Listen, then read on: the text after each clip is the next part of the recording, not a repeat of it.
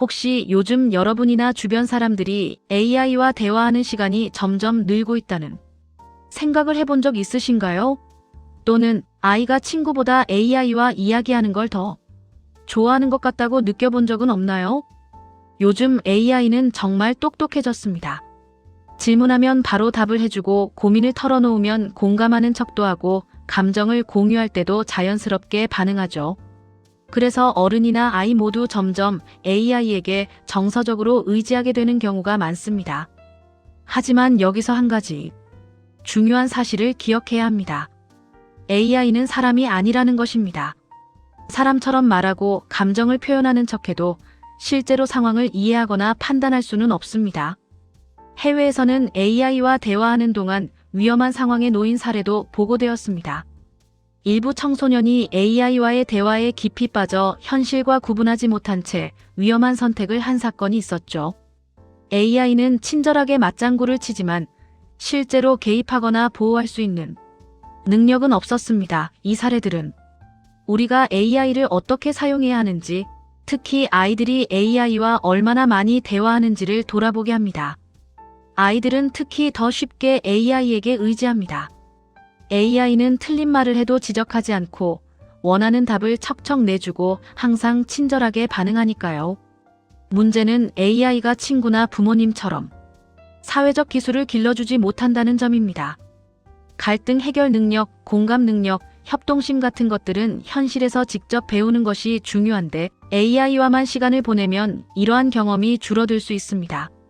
물론 AI를 도구로 활용하는 건 좋습니다. 글쓰기 보조, 정보 확인, 간단한 질문 해결 등에서는 매우 유용하죠. 문제는 AI를 전적으로 믿거나 정서적 의지처로 삼는 순간 발생합니다. 어른들도 마찬가지입니다.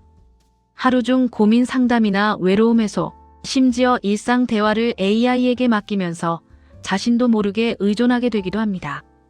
그렇다면 어떻게 해야 할까요?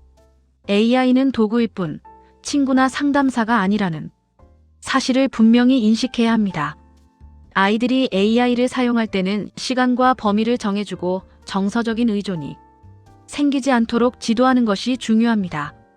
AI가 제공하는 정보도 반드시 검증이 필요합니다.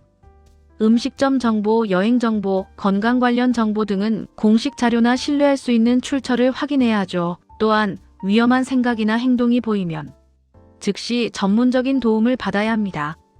AI는 상담이나 의료행위, 법적 조언을 대신할 수 없으므로 실제 문제는 반드시 사람에게 알리고 적절한 지원을 받는 것이 필요합니다. 가까운 가족, 친구, 상담기관에 도움을 요청하는 습관이 매우 중요합니다. 결국 AI는 삶을 편리하게 만들어주는 훌륭한 도구지만 우리가 AI를 어떻게 사용하는지가 핵심입니다. 맹신하거나 정서적으로 의지할 경우 편리함이 오히려 위험으로 바뀔 수 있습니다. 특히 아이들과 청소년은 판단력이 충분히 성숙하지 않기 때문에 부모나 보호자가 안전한 사용을 지도하는 것이 필수적입니다. 마지막으로 강조하고 싶은 점은 AI는 도와주는 도구일 뿐 나를 이해하는 친구도 문제를 해결해주는 전문가도 아니라는 것입니다. 항상 검증과 안전을 최우선으로 사용해야 한다는 사실을 기억하세요. 디지털 시대, 기술을 현명하게 활용하고 안전을 지키는 것이 가장 중요한 과제입니다. 영상이 마음에 드셨다면 좋아요와 구독 부탁드립니다.